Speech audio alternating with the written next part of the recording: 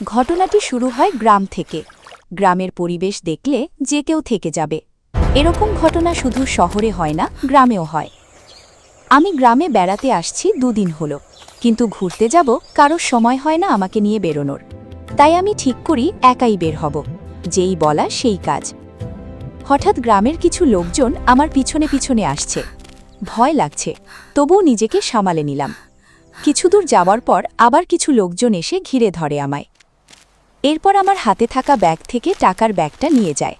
নিজেকে বুঝালাম এখন হয়তো ছেড়ে দেবে, এরপর ব্যাগটাই নিয়ে নিল। আমি যখন দৌড় দিলাম একজন এসে আমায় ধরে ফেলে। এরপর কোনো রকম সেখান থেকে পালিয়ে যাই আমি। দৌড়াতে দৌড়াতে হাঁপিয়ে যাই, কিন্তু ওরা আমার পিছু ছাড়ছেই না। কি করব ভেবে না পেয়ে দৌড় দিয়ে পুকুরে ঝাঁপ দিলাম। এরপর ওরা যখন চলে যায় আমি পুকুর থেকে উঠে বাসায় চলে এলাম। ভেজা কাপড় নিয়ে বিছানায় শুয়ে পড়লাম।